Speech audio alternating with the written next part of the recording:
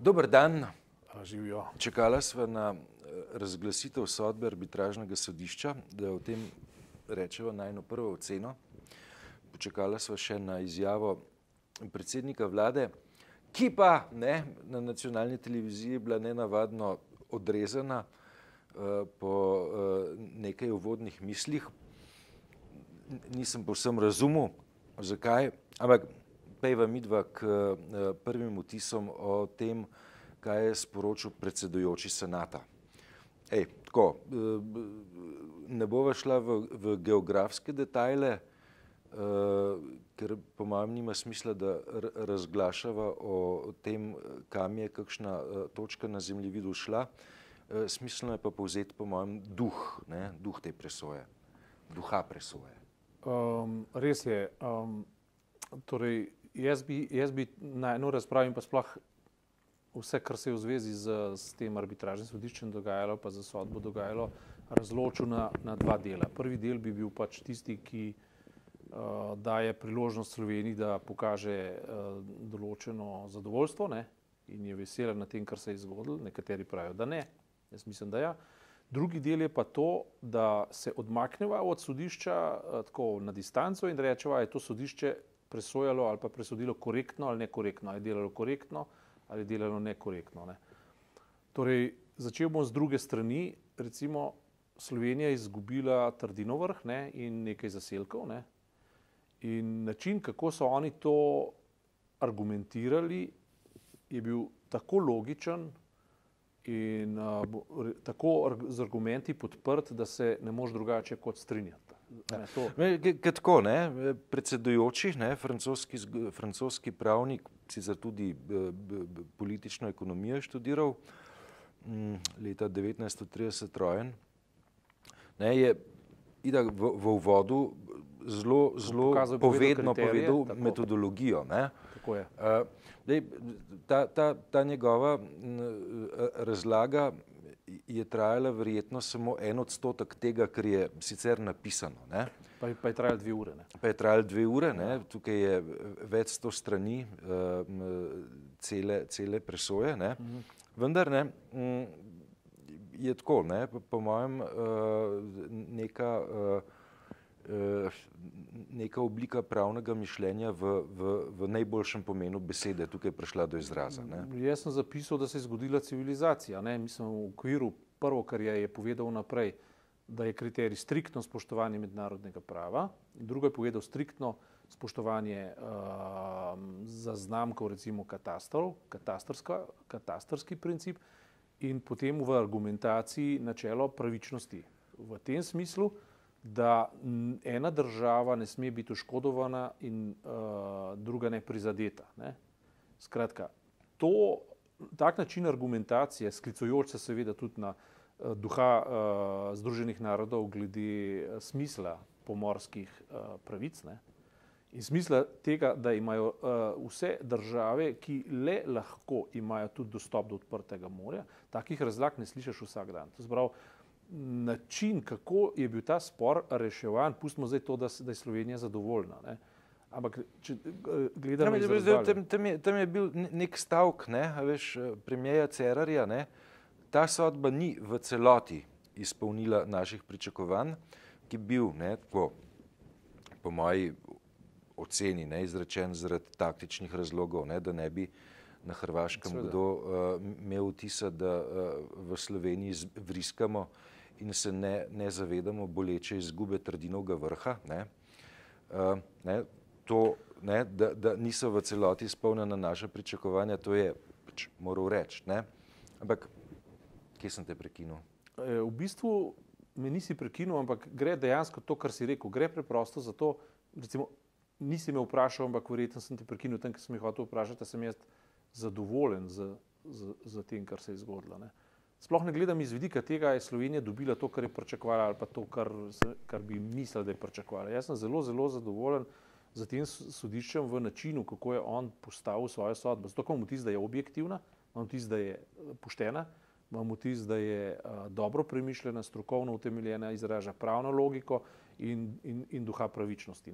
Zdaj, Trdinov vrh, da ga je Slovenija izgubila, mene je popolnoma pač prepričala argumentacija, zakaj ga je izgubila, se ga nikoli ni imela. Mislim, tle tako govoriš, kot da smo pred tem filozofsko-planinskim vprašanjem, ne, kaj je bolj pomembno, pot ali cilj, ne, in pač pot. Ne, malo še geografski vidik, kam voda teče, ne, s Trdinovega vrha. Pri Trdinovem vrhu. Ja. Lej, jaz sem bil na Trdinovem vrhu, jaz vem, kam voda teče od Vojašnice. Teče proti jugu. Torej na Hrvaško, ne. Lej, arbitražno sodišče tako pravi, kdo sem jaz, da bi dvomil o kvalifikacijah ne, teh se so po istem gospodov, kriteriji so tam pri tistih vaseh okrog Mure razsojali pa v korist Slovenije, pa je bilo isto prepričljivo.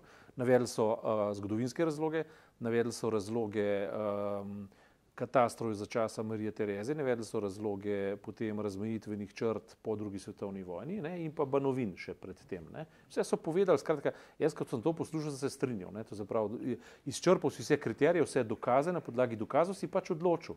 Meni se to zdi smiselno. Ne. Zdaj, poslušal sem tudi tiskovno konferenco premierja Plenkovića, ki je bila pred kratkim, zdajle, pred pol ure. No in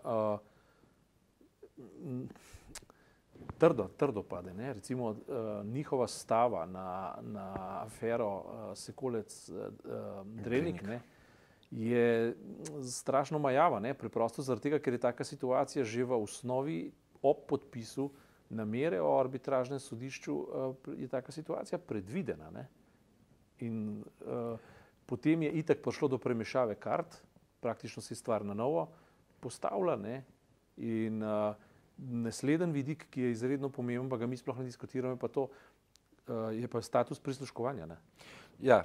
Ker to je bilo nezakonito prisluškovanje in potencialno ponarejeno. Se jaz verjamem, da ni bilo ponarejeno, ampak glede na to, da ni bilo odobreno z strani nobenih... No, lej, mislim, zdaj tukaj je bilo tako, ne? Tukaj je neznani storilec, ne, prisluškoval arbitru.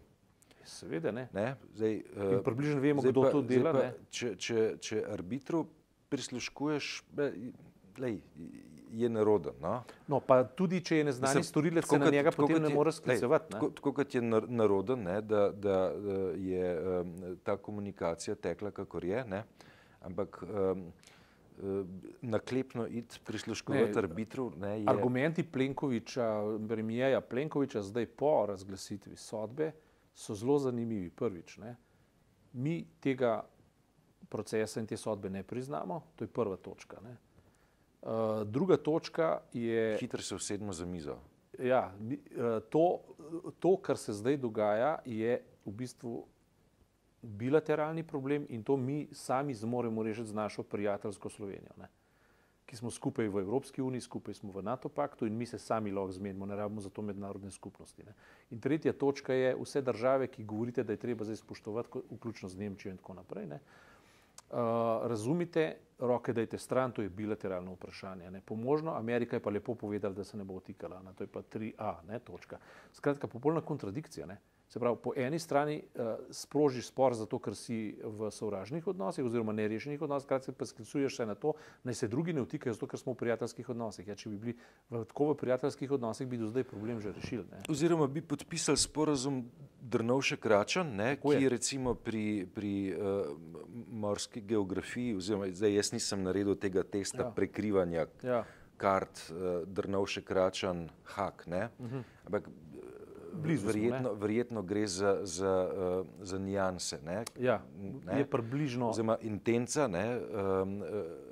haške presoje je sledi intenci sporazuma Drnovšek-Račan. Definitivno. In recimo jaz bi dejansko zdaj ne bi želel biti subjektiven pa neko euforijo poganjati v smislu zdaj pa Slovenija dobila ne vem kaj. Vse, jaz mislim, da tega spora sploh ne bi smel biti, zato ker v osnovi je samo po sebi omenil, da neki državi ne preprečuješ tega, kar je Hrvaška Slovenija pač poskušala. Prehod na odprto morje je vendarle stvar nekega naravnega prava. Ne. Mislim, mogoče sem ta izraz narobe uporabil, ampak nekih logično je, ne. Prvič. Ne. Mislim, zlasti ne, upoštevajoč dejstvo, da je Slovenija ta prehod do leta 1991 imela. Ne? Tako, ne. Ja. To je prva stvar. Ne. Potem, jaz ne vem, naslednja stvar dejansko je, da se je z današnjim dnem pravzaprav simbolno slovenska osamosvojitev zaokrožila. Ne. Zdaj imamo končno definirano vse meje. Ja. To je velika stvar v tem smislu. Ne? Ampak glede tega jaz ne bi želel biti patetičen. Ne? Hotel bi pa povedati samo to, da ni fajn to, da je Slovenija dobila zato, ker je dobila, ampak da je dobila na pravilen način. Skratka, zgodilo se je nekaj, kar je res pravično, zgodilo se je nekaj, kar je pravno argumentirano in logično prezentirano in po neutralnem in neodvisnem forumu oziroma arbitru. Ne? In to se mi zdi zelo, zelo v redu. Izgovarjali so se besede, ki se že dolgo niso izgovarjali, zgodila se je civilizacija, če tako rečem. Zdaj pa jaz rekel ti civilizacija in pa rekel implementacija. Implementacija je naslednji problem, ampak jaz ga ne vidim kot osrednjega. Jaz mislim, da se bo Hrvaška pač zatekala k nekim zelo predmodernim metodam in zelo čustvenim metodam, kar bo narobe. Ne? Ampak v tem smislu je Danilo Türk, nekdanji predsednik, doktor Türk, lepo povedal, pri tem prvič velja ohraniti mirne živce, zdaj govorim subjektivno, zdaj govorim subjektivno kot Slovenc, kot da bi bil slovenska stran, velja ohraniti mirne živce. Drugo, kar je, zdaj bom pa govoril objektivno, je pa za Evropo, tudi za ZDA, da ne bo pomote, ta sodba izjemnega pomena zato, ker je prva v tem delu bivše Jugoslavije, oziroma sploh v tem delu razpadle Jugoslavije, v katerem praktično vse neurejeno. In zdaj je ta sodba pokazala nek način, kako je mogoče to urejati, ker bo treba to, Hrvaška bo morala to urejati z Bosno, bo morala urejati tudi z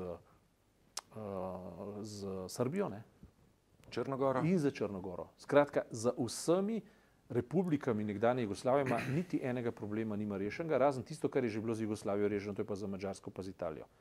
Z Italijo sploh nima v bistvu stika zdaj, pravzaprav. Vse to je bolečina velika, Ja. Je pa tako, sprožila se mi je zgodovinska paralela, od konca druge svetovne vojne do Osimskih sporazumov, je minil 30 let. Je se zdel takrat dolga doba, zdaj tlele pri vprašanju, ki je morda lažje, ali pa težje, se ne vem, je bilo potrebno 26 let, Se to je, ampak pravo ima neko zanimivo logiko. Človeka zelo umiri v končni fazi. Tukaj ni prostora za strasti. Če si opazil, sodniki oziroma predsedujoči ni niti enkrat uporabljal nekih tendencioznih političnih podtonov ali pa nekaterih pojasnil ali pa da bi izpostavil, kdo je bolj pritiskal, kdo je incidente povzročil. Tega ni bilo. Bila je striktno hladna, racionalna argumentacija in to je bilo na nek zelo dostojanstven in umirjen način narejeno. In v nadaljevanju bo stvar tekla, domnevam, da bo stvar tekla na popolnoma enak način. Karkoli že se bo dogajalo, bo nad tem dogajanjem visela ta sodba in logika te sodbe. Logika te sodbe pa je, karkoli boste počeli, vi ne morete ubežati racionalnosti v postopku, za katerega smo se na Zahodu dogovorili. In tudi Evropska unija na ta način funkcionira.